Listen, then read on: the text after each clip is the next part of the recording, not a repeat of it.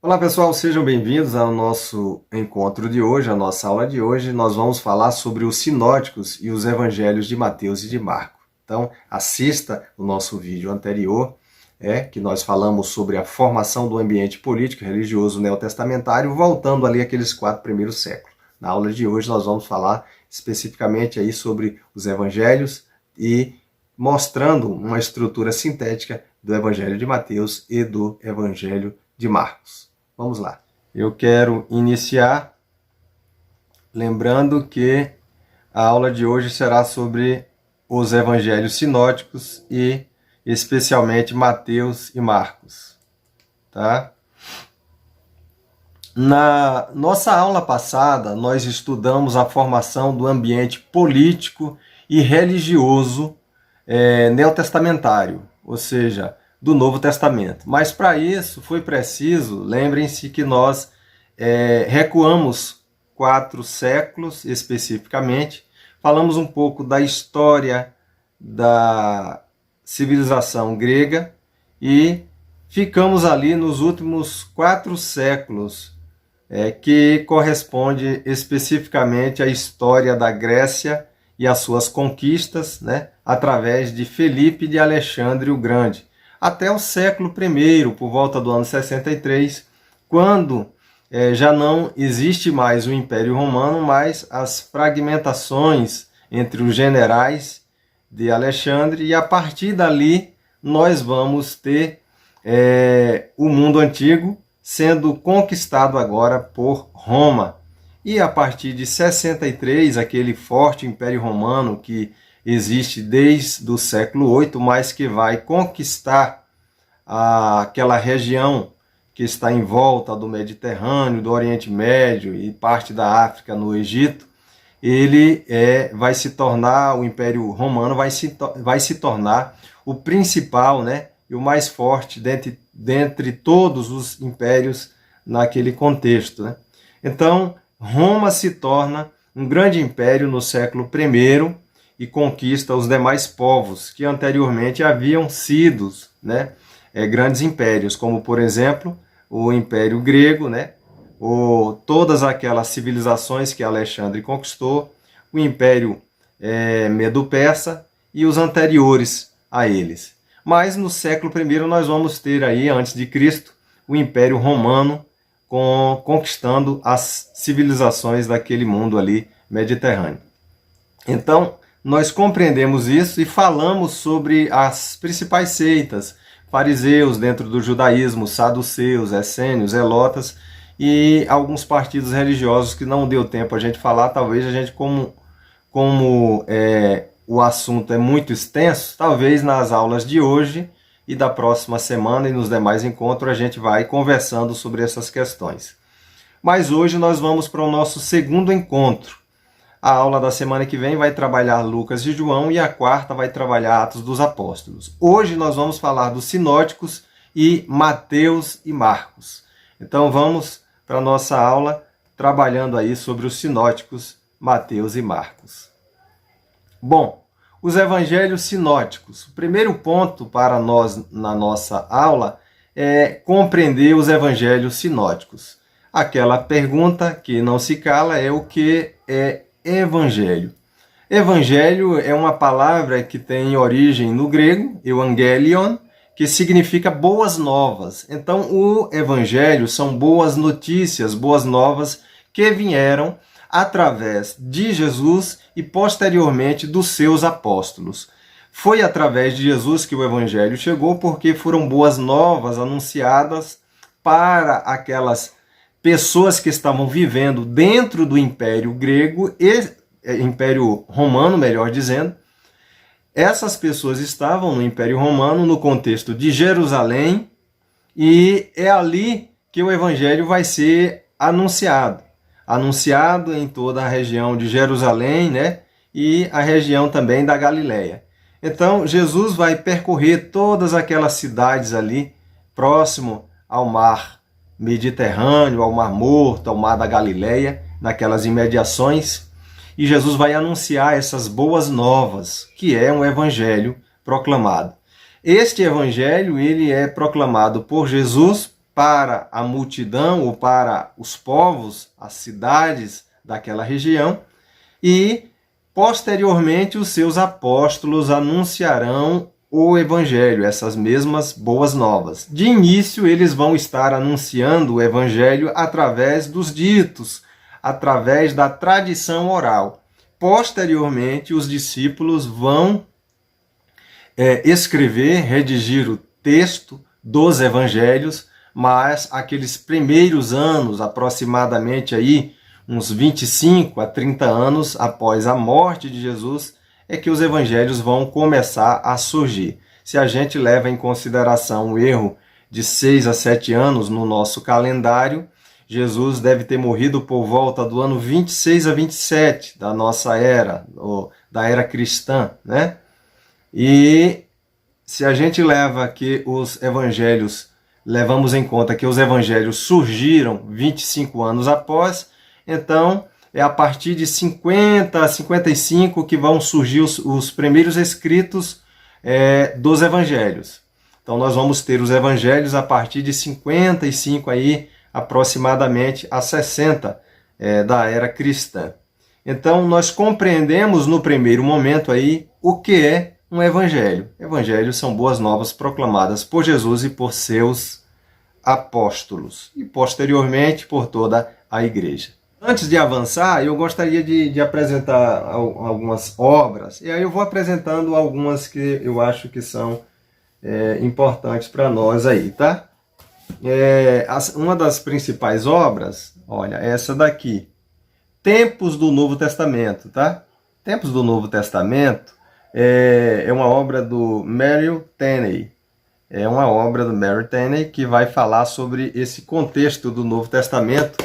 É uma obra publicada pela CPAD, vale a pena vocês terem ela para desenvolver o conteúdo aí deste assunto que nós estamos abordando hoje.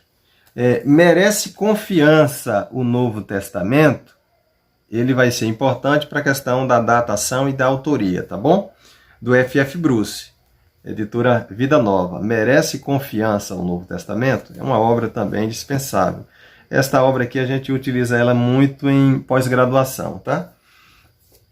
Olha, inspiração e canonicidade da Escritura. Também vai trabalhar com autoria e data. Como a gente vai falar de Mateus e de Marcos, então é bom a gente ter esta obra também, de Laird Harris, que é Inspiração e Canonicidade das Escrituras, tá? Então essas três obras aí para a gente iniciar, e quero apresentar mais uma.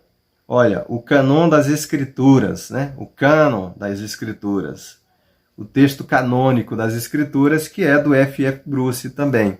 Então vale a pena, da editora Agnus, você adquirir. São 4 obras aqui bem importante e indispensável para nós, tá bom? 4 obras importantíssimas para nós. Depois eu apresento mais algumas aqui que eu acho que serão úteis para nós.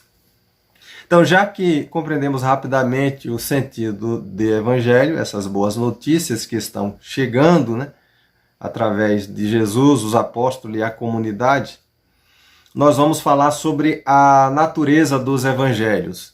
Nós temos 4 evangelhos, correto? São 4 textos que nós temos no Novo Testamento. Destes 4 evangelhos que nós temos, é importante nós destacarmos aqui que Jesus não escreveu nenhum deles, e nenhum destes textos dos evangelhos são atribuídos a Jesus, tá? Então, o primeiro ponto é a gente observar que dos evangelhos, nenhum deles são atribuídos a Jesus em sua totalidade ou em parte. Então, nós temos as narrativas dos evangelhos, que são, né, estas narrativas atribuídas a os discípulos, no sentido de que eles copiaram, alguns deles copiaram. Mas, na verdade, as falas acerca do ministério de Jesus são textos daquilo que Jesus havia proferido e que estava na mente das pessoas, e que isso foi passado na tradição oral naqueles primeiros anos da igreja, naquelas primeiras décadas da igreja, dentro do contexto ali do Novo Testamento, né? Então é bom a gente compreender que na natureza dos evangelhos nós vamos ter 4 textos que nenhum deles são atribuídos a Jesus. Então quem escreveu? Nós vamos discutir sobre isso. Os 4 textos que nós temos são escritos por 4 autores diferentes, né? Então nós temos 4 autores diferentes para estes 4 textos aí. Entre os evangelhos, nós temos aqueles que são chamados de sinóticos, né? Vamos lá. Os 4 evangelhos, certo? Os 3 primeiros, Mateus, Marcos e Lucas, eles são chamados de sinóticos, ou sinópticos, como alguns utilizam, né? Na sua transliteração da palavra para o português. Sinópticos. Eles têm uma semelhança, são características muito próximas um do outro. Isso não quer dizer que são iguais, ou são plágios, ou são cópias um do outro. Não, não são plagiados um evangelho do outro. Mas cada um tem a sua característica própria, né? Mateus ele tem uma característica própria, destinada a um povo próprio. Marcos tem a sua, destinada a um outro povo. Lucas tem a sua característica, destinada a uma outra classe de pessoas. Mas os 3, eles contam praticamente os mesmos fatos ocorridos no ministério de Jesus. Apesar de ter fatos semelhantes e alguns específicos que são do próprio Lucas, como a parábola, né? Aquele texto que Jesus contou lá do rico e Lázaro. Então aquela história do rico e Lázaro, que é chamado de parábolas por alguns e por outros como uma história, mas isso será para um outro evento. Então você observa exclusivamente em Lucas, enquanto que relatos do ministério de Jesus, milagres que ocorreram no ministério de Jesus, e a parte que diz respeito à condenação e à morte expiatória de Jesus, os 3 evangelhos, eles também vão trabalhar de forma semelhante, apesar de cada autor apresentar a versão com a sua forma de escrever, com as suas palavras, entende? Mas eles são muito semelhantes. Se a gente pega os textos e relaciona eles para a gente estudar, sempre que a gente for analisar um fato dentro dos evangelhos sinóticos, é bom a gente ler nos 3 ao mesmo tempo. Você vai observar que existem expressões próprias para descrever o mesmo ocorrido nos 3 evangelhos. Então, esta semelhança que existe entre eles, e por isso que ele foi, ou eles foram chamados de sinópticos ou sinóticos, porque tem muita semelhança entre os seus textos. Já o evangelho de João, ele não se enquadra nesta comparação, porque ele tem as suas características próprias. Ele inicia de uma forma diferente. Ele não inicia falando de uma genealogia do nascimento de Jesus e de alguns milagres, mas ele vai trabalhar diferente dos outros 3 e ele vai apresentar no seu conteúdo, o Evangelho de João, já uma proposta da divindade de Jesus, mostrando que ele já era, mesmo antes de vir à existência como homem. Mesmo antes de vir à existência como homem, ele já era Deus na eternidade. Então a preocupação joanina já é apresentar Jesus como sendo Deus. E posteriormente ele vai desenvolvendo os sinais, os milagres no seu evangelho também. Tá? Então nós temos 4 evangelhos, os 3 primeiros são chamados de sinóticos, porque são muito semelhantes, e o 4º evangelho de João, ele é um evangelho mais à parte, né? Ele é excluído deste grupo do sinótico, mas ele continua sendo evangelho, porque ele vai trabalhar também parte do ministério de Jesus com características diferentes dos evangelhos. Por exemplo, o final do evangelho de João vai findar de uma forma diferente dos demais evangelhos, tá? Então ele tem as suas características também exclusivas, que não se encaixam as características da escrita de João com os outros 3. É por isso que ele não faz parte do sinótico. Quando se trata da parte da crítica textual, a gente chama também de autógrafos, né? São os autógrafos. Os autógrafos de cada um deles. Mateus teve o seu, Marcos teve o seu, Lucas teve o seu autógrafo e João também teve o seu autógrafo.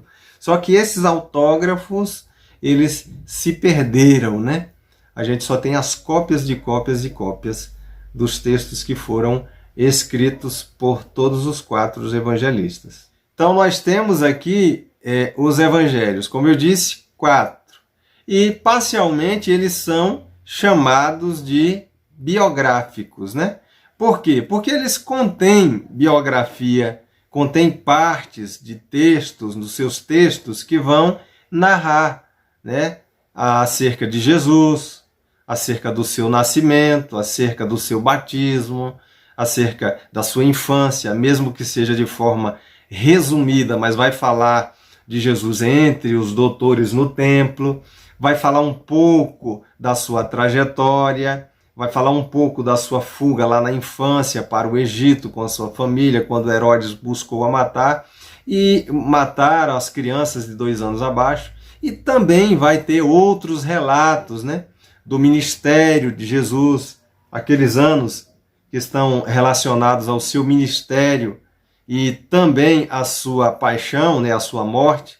Então, se torna, de certa forma, biográfico. Então, existe parte biográfica de Jesus e também de outros personagens, né, que estão ali no Evangelho de forma mais sintetizada, mas esses personagens também vão ser citados e algumas informações serão dadas sobre eles também. Bom, além dessa parcialidade de biografia, a gente tem que entender que os evangelhos também são históricos. Eles são biográficos porque traz algumas informações da pessoa, ou de algumas pessoas, da pessoa de Jesus e de outros mais, mas também uma narrativa histórica. Eles nos situam no tempo também, né? Lucas, ele vai apresentar o recenseamento naqueles dias ali de Jesus, de seu pai, né, adotivo ali, que é José e a sua mãe Maria. Então vai falar do recenseamento, vai falar de Herodes o Grande naqueles dias e outros personagens que estão no enredo, no desenrolar da história que está em cada um deles, em cada um dos evangelhos. Então são históricos e são narrativas. Nós temos narrativas, né? Essas narrativas que estão dentro de cada um dos evangelhos são narrativas exclusivas de cada um desses autores. Mateus tem a sua narrativa de forma exclusiva, ele narra o Sermão da Montanha, ele vai falar das parábolas de Jesus. E estas parábolas são narrações, histórias contadas por Jesus.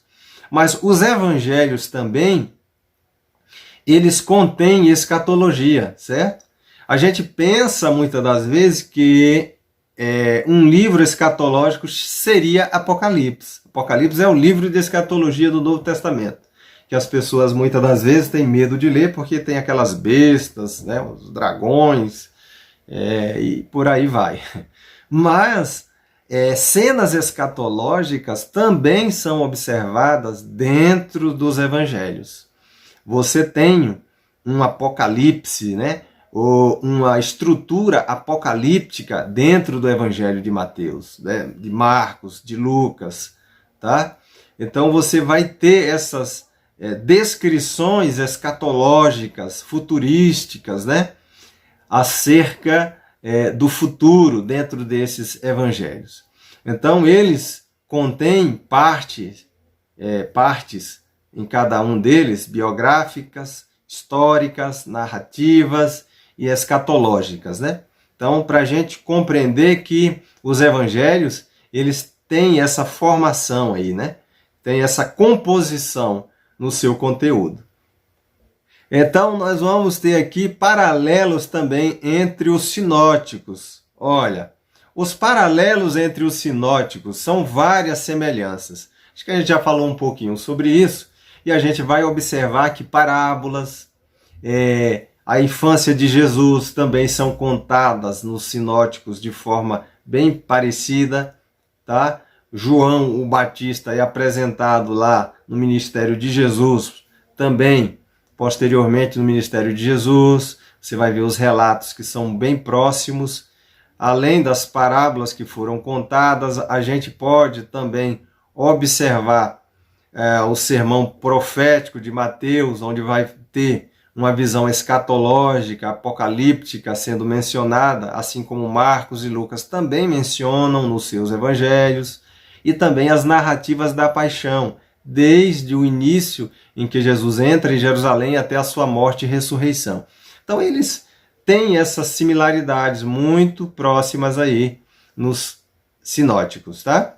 Então são paralelos que nós vamos observar em vários textos dos evangelhos sinóticos. Me lembrei aqui de um outro livro que eu acho importante agora. Está aqui na minha mesa. Este livro aqui, ó. Vou mostrar aqui para vocês.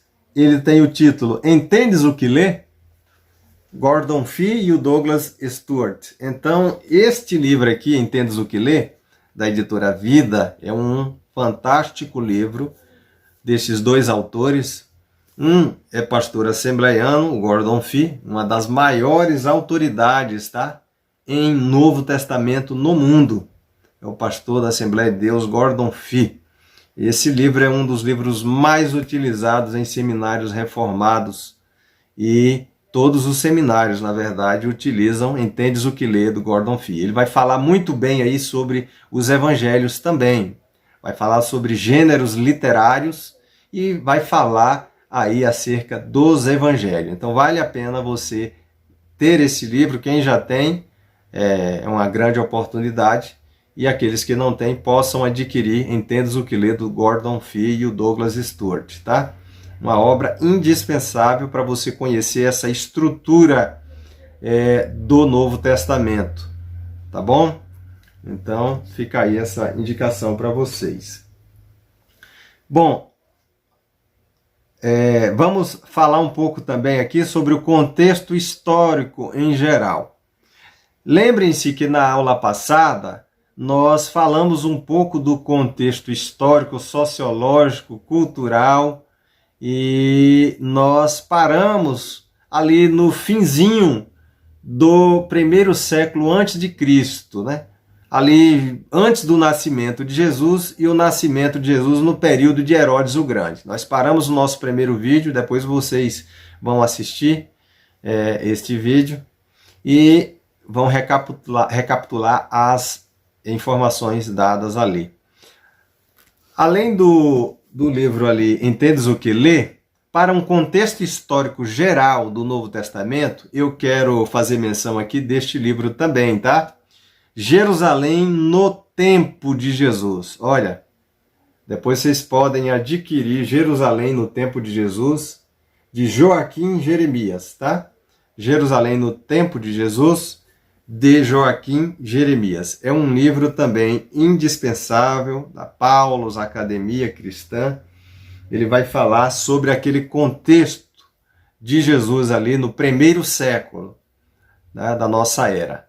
Então nós saímos no contexto histórico geral ali do Antigo Testamento, adentramos no Novo Testamento. E qual foi o contexto que nós falamos na aula passada? Nós falamos das guerras macabeias, dos macabeus, o fim do período dos macabeus, sendo conquistados pelos seleucidas, e posteriormente os romanos conquistando a região também da Palestina, e especificamente Jerusalém.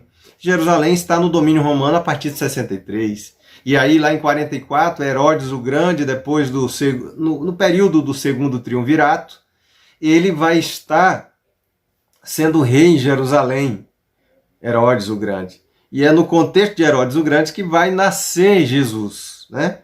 Vai nascer Jesus no contexto de Herodes. Se você pegar os capítulos iniciais de Mateus, de Marcos e de Lucas, você vai ver claramente que Jesus vai nascer no contexto de Herodes o Grande, né? Aquele construtor que construiu Cesareia Marítima, várias construções em Jerusalém, reforma do templo em Jerusalém, e uma série de construções que ele realizara no seu longo reinado em Jerusalém. Nós falamos de Herodes na nossa aula passada e hoje nós vamos só tentar fazer essa conexão entre esse contexto que nós estamos saindo das guerras dos Macabeus e conquista romana, entender que Jerusalém ela está sob o controle romano. Roma está controlando Jerusalém naquele contexto do primeiro século, quando Jesus nasce. Então Jesus vai crescer nos seus 10, 12 anos de idade, lá entre os doutores da lei, e ele vai estar nesse contexto do Império Romano. Então a gente observa que Roma está lá longe, na Itália, mas o Império se estende, Jerusalém é controlada, né, e as demais cidades ali são pertencentes ao Império Romano. Então a nação de Israel está sendo subjugada, ela faz parte de um império, então presta os seus tributos a Roma, né? Por isso que Jesus disse na sua expressão, dai a César o que é de César e a Deus o que é de Deus. Quer dizer, a honra, louvor a Deus devido. Os impostos deveriam ser pagos a Roma, sim. Havia exploração por parte? Havia sim. Quando a gente vai estudar o contexto do Novo Testamento, a gente vai observar que havia explorações por parte dos representantes do império ali em Jerusalém, exploração econômica, né? Abuso de poder e de autoridade, como a gente também pode observar até nos dias de hoje. Então a gente tem esse contexto geral, político, sociológico, histórico, e uma obra que vai ajudar bastante aí é a obra de Joaquim Jeremias, Jerusalém no tempo de Jesus. Então a gente tem uma visão aí geral de como o mundo está, a história está se desenvolvendo ali nos seus primeiros anos, do primeiro século da era cristã, né? Primeira metade da era cristã aí, do século I, vai ser um período bastante agitado em que Israel está sob o controle romano. Além desse contexto geral, nós temos um contexto histórico em particular, né? Por quê? Porque Jesus vai desenvolver o seu ministério e o seu ministério posteriormente vai ser seguido, as suas boas novas vão continuar sendo proclamadas pelos apóstolos, pelos discípulos, pelos seguidores de Jesus. E esses ditos de Jesus, estas falas de Jesus no seu ministério, tudo aquilo que foi passado na tradição oral nos primeiros anos, nas primeiras décadas, 20, 25 anos ali, depois da morte de Jesus, eles posteriormente serão escritos nos evangelhos. E estas expressões, as tradições orais, como era bem comum, né, no contexto judaico. No contexto judaico, a tradição oral era bastante comum, era passada a informação adiante através da tradição. Então, esses ditos de Jesus e essas tradições orais, elas se tornarão as perícopes, se tornarão aquelas base de texto, a delimitação de um texto, porque a perícope nada mais é do que a delimitação de um determinado texto. É um texto delimitado, é um recorte de texto que vai contar acerca de algo. Então, nós temos aí essas perícopes que são as tradições orais e os ditos de Jesus que foram escritos pelos autores dos evangelhos, tá? Gente, hoje existe uma variedade de livros, eu sei que aqueles que puderem, deixa eu apresentar esta fantástica tríade aqui, né? Olha que obra fantástica para aqueles que quiserem estudar, tá bom? Vocês vão ter muitos relatos aqui na espiral hermenêutica. Ela vai dar uma síntese aí também sobre evangelhos. Vai falar sobre os gêneros literários do Novo Testamento, do Antigo Testamento, do Novo Testamento.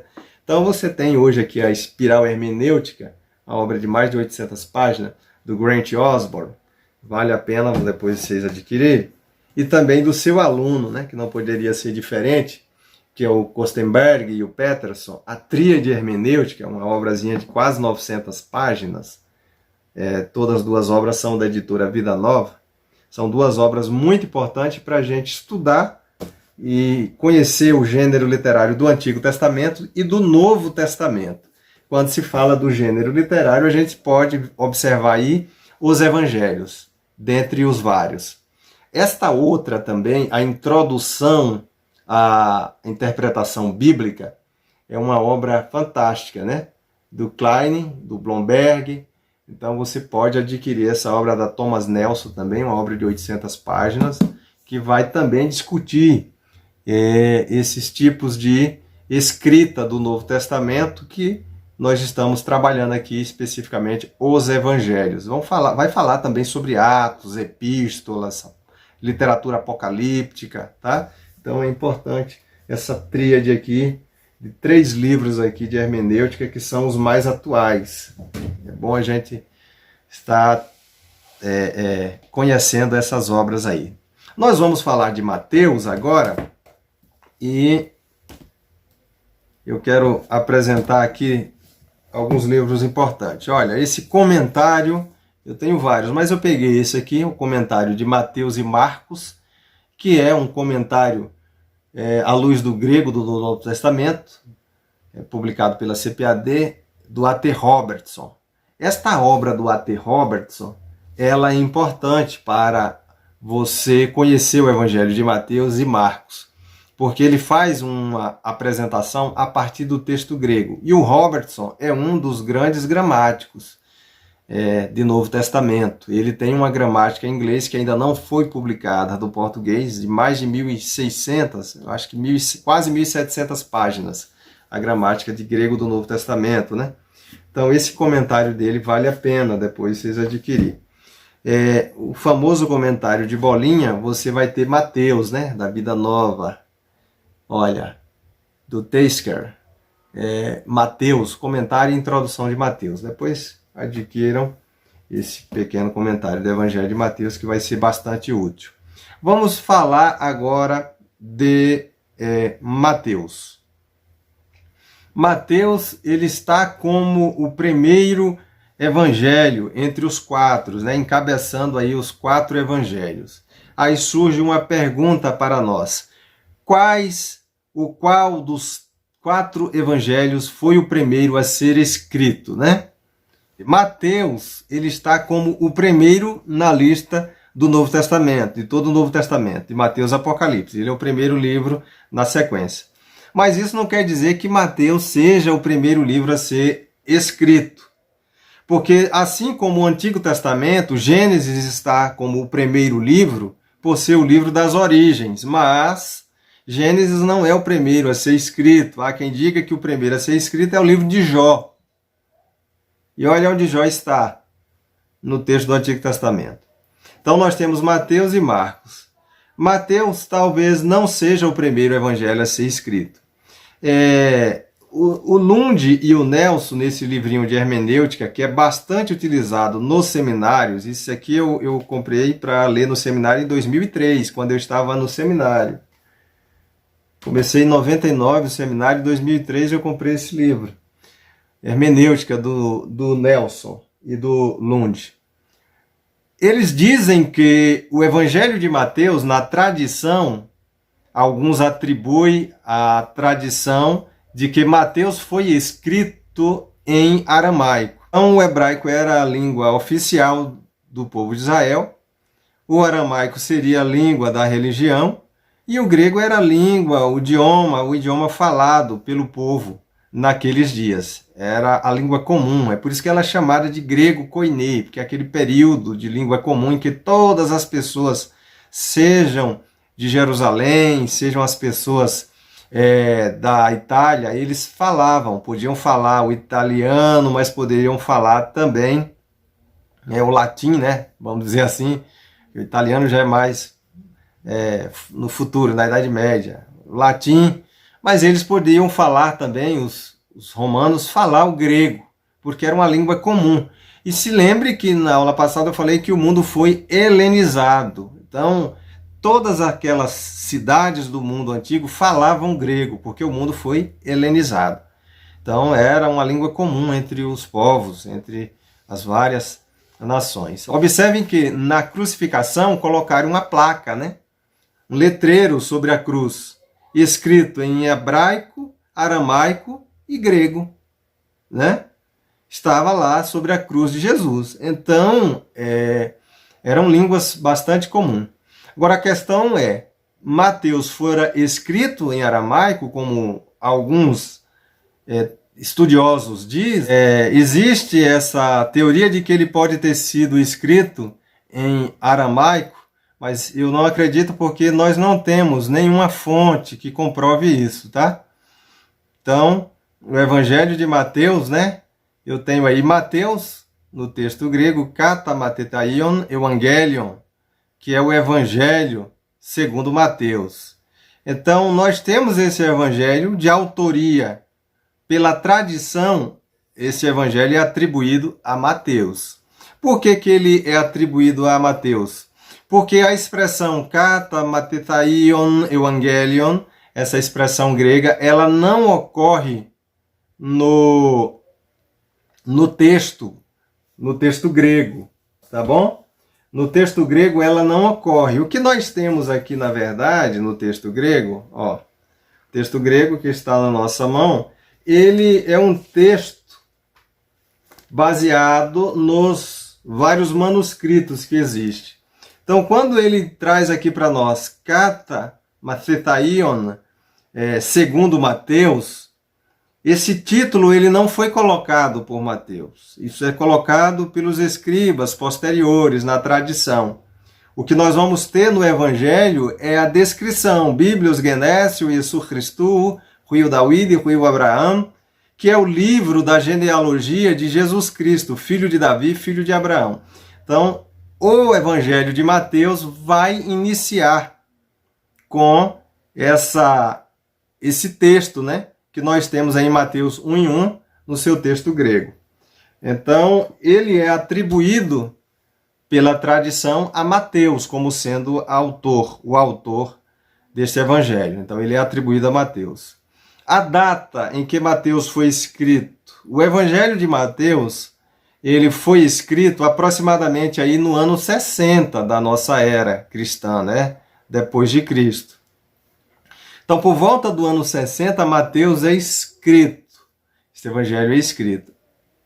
Então, a gente tem uma data aí aproximada para o evangelho de Mateus, que pode ter sido o segundo evangelho a ser escrito. Nós vamos falar sobre isso ainda na aula.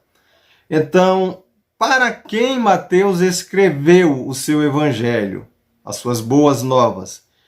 Este evangelho é destinado para o povo de Israel, o povo judeu, o povo da aliança, o povo de Israel. E o evangelho ele vai ter como um tema base aí Jesus como o Messias. Jesus é o Messias, né? Livro da genealogia de Jesus Cristo, olha aí. Bíblios Genésio e Jesus Cristo. Cristo é Cristo, que corresponde a Mashiach. Mashiach. Ele já inicia o seu primeiro versículo no texto grego aí, chamando de Jesus Cristo, Mashiach, filho de Davi e de Abraão, porque nós temos a aliança com Davi e com Abraão, né? Então é da descendência de Davi, é da descendência de Abraão que vem o Mashiach de Israel. Então Mateus ele já começa apontando no seu evangelho, o versículo 1, esta informação. Então nós temos claramente aí a descrição de uma boa nova, de um evangelho para os judeus, né? Já aí no início. E é uma genealogia aí sintetizada dos principais nomes do Antigo Testamento. Então, este evangelho, no capítulo 1 de Mateus, está sendo destinado para os judeus que aguardavam o Messias. Bom, o evangelho de Mateus, nos seus 28 capítulos, nós vamos observar aí no capítulo inicial, como a gente pôde ver, a genealogia, o nascimento de Jesus Cristo, a infância de Jesus. Então, esses pontos aí serão abordados nos capítulos 1 e 2. Tá? A partir dos capítulos 3 e 4, nós vamos ter o quê? Os discursos, né? E ações de João Batista.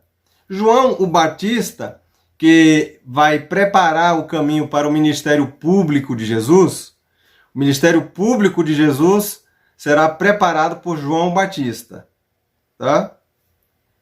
Então você vai ter aí os relatos nos capítulos 3 e 4 acerca de João o Batista, né? Aquele que vai batizar a Jesus, no próprio texto aí do Evangelho de Mateus, capítulo 4. João Batista é primo de Jesus e parece-nos, por algumas fontes, que João Batista ele foi um essênio, né? Ele viveu pelos desertos da Judéia e talvez ele fez parte. Alguns comentaristas chegam a dizer que ele fez parte do grupo dos essênios. Os essênios são aquele partido religioso que nós vimos no período interbíblico e que vão ter uma série de rituais de purificação, inclusive o batismo, né, de purificação que eles tinham nas suas práticas. Então, a gente pode observar no ministério de João o Batista, o profeta que vai surgir depois de 400 anos de silêncio, ele vai aparecer no deserto da Judéia pregando o arrependimento e a chegada do reino e do Messias. E batiza, né, Jesus ali no Rio Jordão. Então nós vamos ter nesses 4 capítulos iniciais essas questões sendo abordadas aí. Os discursos e o ministério de Cristo a partir do capítulo 4, tá? 4:12 até o 26. Então nós temos esse primeiro momento aí, primeiro momento do ministério de Jesus no Evangelho de Mateus.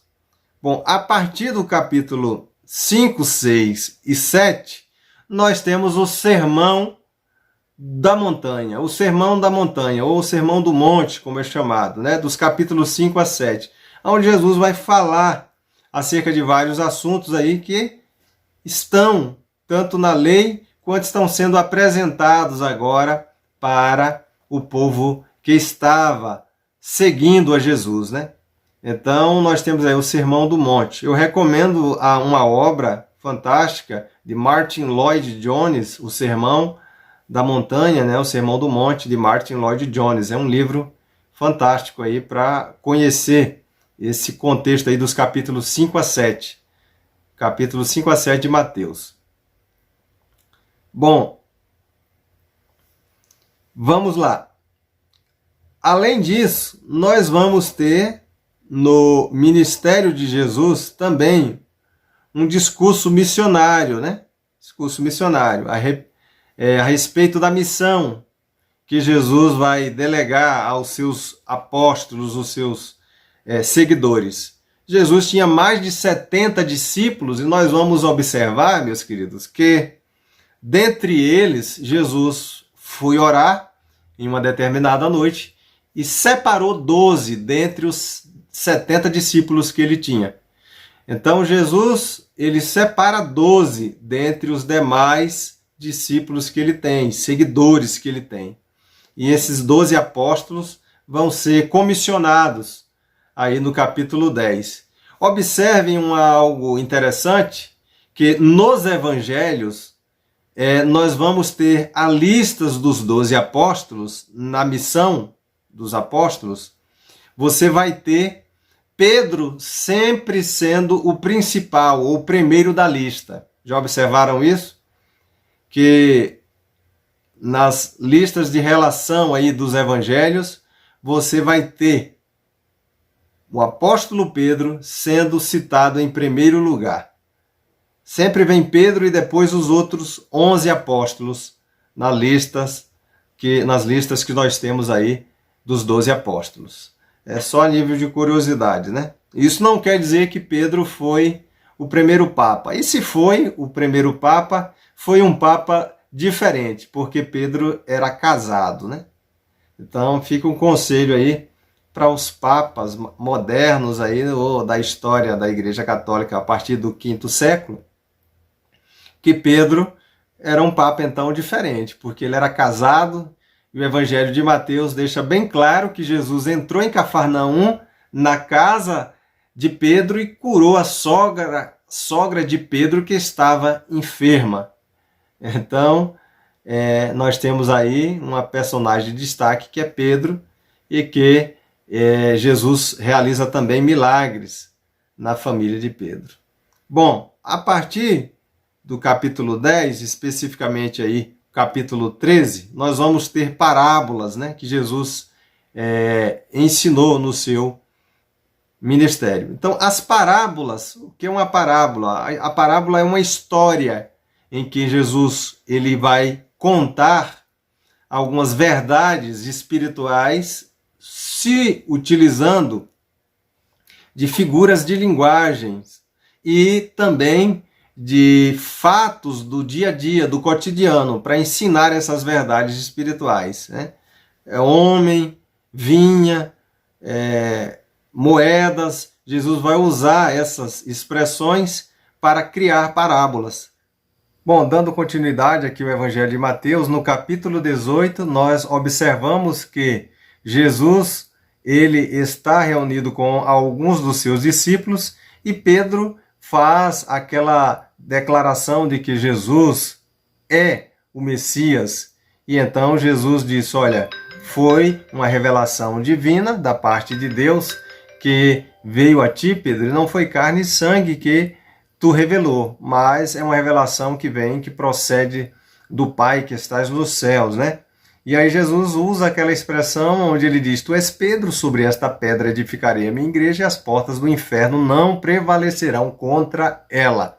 Então, observem aí que na declaração de Jesus acerca de Pedro, muitas das vezes esta expressão, ou esta frase é compreendida de forma equivocada. Para os católicos, eles observam que a declaração está dizendo que Pedro é a pedra na qual a igreja está edificada. Para a maioria dos protestantes, a pedra é Jesus, sobre a qual a igreja está edificada. Como eu disse, a igreja ela está edificada sobre Jesus. Jesus é a pedra angular.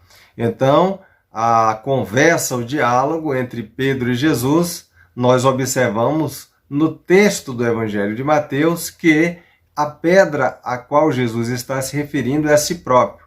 Pedro é apenas um fragmento de pedra da qual nós podemos dizer, ou uma das quais nós podemos dizer, que faz parte da estrutura da igreja, que é o corpo de Cristo. Mas a pedra angular é o Senhor Jesus Cristo, como diz a sua palavra, que nós estamos firmados, né? Nós estamos firmados sobre a pedra angular, que é Cristo Jesus, né? Nós estamos firmados na pedra angular, que é o Senhor Jesus Cristo.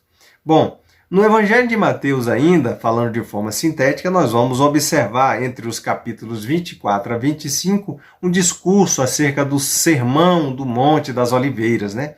Nós vamos ter ali relatos sobre a sua segunda vinda, o julgamento, né? Ou o juízo de Deus que se dará sobre o mundo dos perversos e os sinais que se darão nesse contexto aí escatológico do capítulo 24 e do capítulo 25.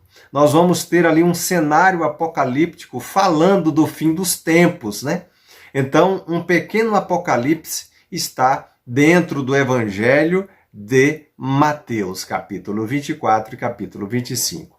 Dos capítulos 26 até o capítulo 28, nós vamos ter a paixão de Cristo. Nós vamos ter a obra salvífica de Cristo, onde nós temos um relato do sofrimento, da morte e da ressurreição de Jesus Cristo. E, por fim, o envio da grande comissão lá no capítulo 28, que foi enviado, né, os seus discípulos, ou foram enviados os seus discípulos a proclamar o evangelho do reino a todas as nações.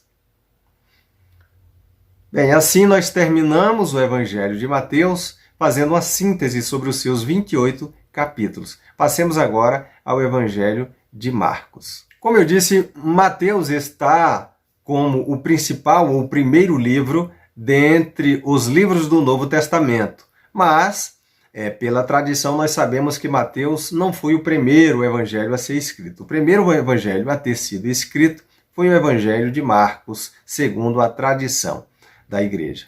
O Evangelho de Marcos é escrito por volta aí do ano 55. Este evangelho, como os demais e todos os livros do Novo Testamento, pela tradição, eles foram escritos em grego. Alguns pensam que alguns textos do Novo Testamento tenham sido escritos em aramaico, como nós falamos acerca do Evangelho de Mateus. Mas nós não temos nenhuma base, nenhuma base para esta possibilidade, essa interpretação que fica aí no campo das ideias.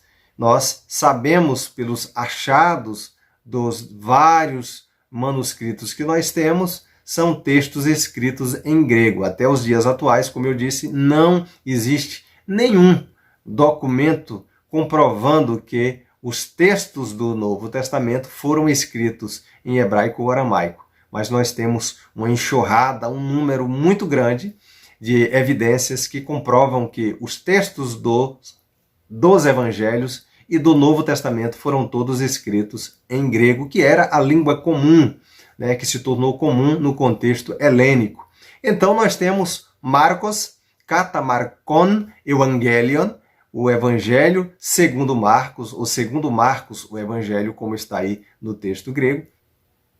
Possivelmente, o Evangelho de João Marcos, o Evangelho de Marcos, como nós conhecemos, fora escrito através daquilo que o evangelista ouviu de Pedro, dos ditos que ele ouviu, da tradição oral que ele recebeu de Pedro e dos sermões que ele deve ter pregado na sua jornada cristã. Então, o Evangelho de Marcos é escrito e, como eu disse, por João Marcos. Uma data provável para este evangelho é entre os anos 55 aos anos 60. Por isso, pela tradição, Marcos pode ter sido o primeiro evangelho a ser escrito. E, posteriormente, Mateus e Lucas se apossarão deste evangelho, terão posse deste evangelho, da tradição oral, dos ditos, daquilo que foi pronunciado por Jesus e, assim, produziram os seus evangelhos, que são evangelhos sinóticos ao evangelho de Marcos. Então, são semelhantes esses três evangelhos. Bom, nós observamos que o evangelho de Marcos está destinado ao povo romano. O evangelho de Mateus é um evangelho destinado para o povo judeu. O evangelho de Marcos é um evangelho destinado para o povo romano. O público-alvo do evangelista são os romanos. O tema central neste evangelho é Jesus, o servo. Jesus é apresentado como aquele que serve, é aquele que está em uma cidade, vai para outra cidade servir e servindo no reino. Então, é o evangelho, é as boas novas do reino que está sendo anunciada por Jesus neste evangelho, e Marcos faz a menção. Uma das expressões muito familiar no evangelho de Marcos é a expressão e logo saiu Jesus, e logo foi Jesus. Então essas expressões aparecem com bastante frequência no Evangelho de Marcos, mostrando ele como aquele Messias esperado e que é apresentado aqui como um servo que veio para servir os romanos também. E este serviço é apresentado através das boas novas de salvação, trazendo salvação a todos. Ainda falando sobre Marcos, é importante nós dizermos aqui que existe uma teoria conhecida como teoria das fontes, na qual alguns estudiosos da Alemanha e outros estudiosos no mundo chegaram a ensinar e dizer que Marcos ele usou algumas fontes que havia naquele contexto. E essas fontes são chamadas essas possíveis fontes de Quelle, uma expressão alemã, Quelle, para se referir a essas tais fontes. Mas o bem da verdade é que essas fontes até os dias de hoje não foram encontradas. O que nós podemos dizer com certeza é que as tradições orais e os ditos, ou aquilo que foi pronunciado por Jesus, foi transmitido oralmente pela comunidade cristã, pelos discípulos, e isso foi posteriormente escrito nos evangelhos. Assim sendo, Marcos seria o primeiro evangelho a ser escrito a partir das tradições orais e dos ditos pronunciados por Jesus, nos quais as perícopes que nós temos em cada evangelho corresponde, a estas exposições daquilo que foi ensinado no ministério e também que traz relatos acerca de Jesus, da sua vida e da sua paixão. Então, nós não podemos afirmar e acreditar na teoria da fonte, das fontes Kelly, porque ela carece de respaldo e de provas. Então, nós não temos nenhum tipo de prova que nos assevera esta questão aí apresentada por alguns acadêmicos. Nós temos uma comprovação histórica de que os discípulos, eles tiveram as suas tradições orais e, através delas, eles escreveram os evangelhos. E também Lucas, nós vamos observar posteriormente o seu empenho na pesquisa, com as testemunhas oculares. Várias pessoas que estavam ali à sua volta e ele adquiriu inúmeras informações para o seu evangelho. Mas falando aqui de Marcos, nós vamos findar dizendo que nem Marcos, nem Mateus e nenhum dos evangelhos sinóticos, eles usaram essas tais fontes para redigir os seus textos. Mas eles tão somente tinham os ditos e as tradições, vamos dizer assim, orais, que foram as suas fontes com inspiração divina para a escrita dos evangelhos. Um esboço do evangelho de Marcos nós podemos apresentar para vocês aí. Nos capítulos iniciais nós vamos ter aí, capítulo 1, do versículo 1 ao 13, o início do evangelho, E aí, bem no início, a ideia central do evangelho, Que é o princípio do evangelho de Jesus Cristo, que está sendo apresentado para os romanos. Vamos ter ainda no capítulo 1, João, aquele que era o Batista, assim como no evangelho de Mateus nós podemos ver claramente o ministério de João Batista. O batismo de Jesus no capítulo 1, versículo 9 a 11. Temos a tentação de Jesus no capítulo 1, 12 a 13. Vamos observar o início do ministério de Jesus na Galileia, do versículo 1, do capítulo 1, melhor dizendo, ao versículo 14, até o capítulo 3, versículo 16, você vai ter aí o ministério de Jesus na Galileia. Os primeiros passos na Galileia, o seu ministério iniciando, um sábado em Cafarnaum, a primeira viagem de pregação, nós vamos ver ainda no capítulo 1, os conflitos com os fariseus, aquele partido religioso que nós aprendemos lá na nossa primeira aula. Depois você assista aqui na nossa descrição a primeira aula e veja o conteúdo sobre os fariseus, os saduceus e os demais partidos religiosos que haviam naquele contexto. O fim do ministério na Galileia, nós vamos ver aí no capítulo 3, a partir do capítulo 3, a saída para a costa, da marítima ali. Vamos observar também a escolha dos 12 apóstolos no capítulo aqui que nós temos 3, que são alguns dos seguidores de Jesus, amigos e adversários dentro desse capítulo 3. Um ministério, de Jesus sendo apresentado. No capítulo 4, nós vamos ver aí o ministério de Jesus através de parábolas. Vamos observar no capítulo 4 o ministério de Jesus também sendo marcado por milagres, ensino através de parábolas e milagres. Um profeta, capítulo 6, você já vai observar aí um profeta sendo desonrado na sua própria pátria, que é o próprio Jesus.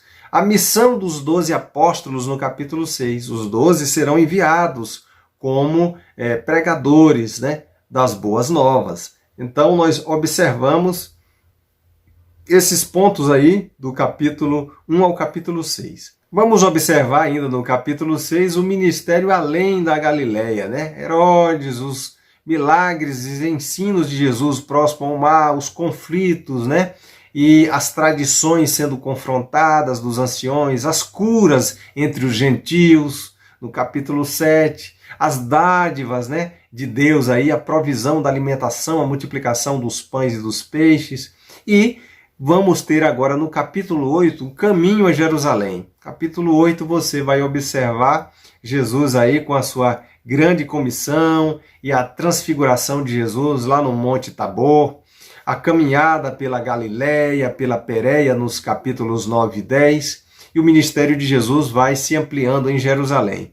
Bem, no capítulo 11 nós vamos ter o ministério de Jesus aí, os eventos que precedem o seu ministério, os debates em Jerusalém, o discurso, né, no Monte das Oliveiras. Então são textos aí que vão apresentando para nós o ministério de Jesus agora não mais na Galileia, mas na própria Jerusalém. Bom, e no capítulo 14 nós vamos ter as narrativas da paixão ainda. Vamos observar aí os acontecimentos que vão levar Jesus à prisão, o julgamento e a crucificação, o sepultamento no capítulo de número 15. Nós vamos ter esses detalhes aí do capítulo 14 ao capítulo 15.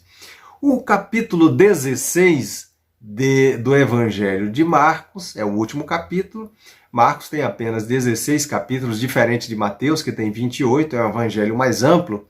Então, o Evangelho de Marcos ele é mais sintético, enquanto que o Evangelho de Mateus é um evangelho mais extenso nas suas narrativas. Capítulo 16, nós temos aí os relatos, né, dos últimos acontecimentos aí, descrito por João Marcos, o sepulcro de Jesus, vazio, e as palavras aí finais que nós conhecemos aí.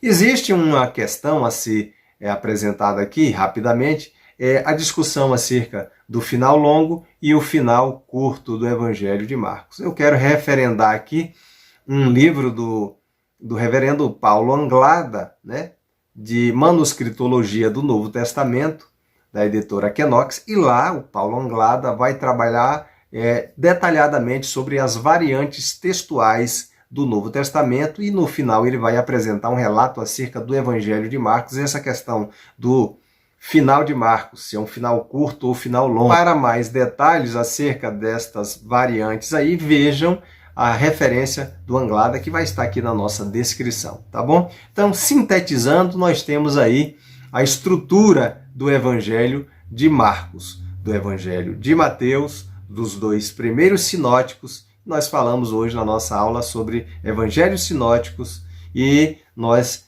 abordamos aí Mateus e Marcos. Na próxima aula nós vamos falar sobre Lucas e João, e na última aula, nossa quarta aula, nós vamos falar sobre Atos dos Apóstolos. Vamos findar a nossa aula de hoje por aqui. Espero que vocês tenham aprendido um pouco de forma sintética sobre este texto nosso, sobre estes evangelhos, e na próxima aula nós estaremos prosseguindo o nosso estudo. Até o próximo encontro. Não se esqueça de se inscrever no nosso canal, curtir e compartilhar. Um abraço a todos, até breve.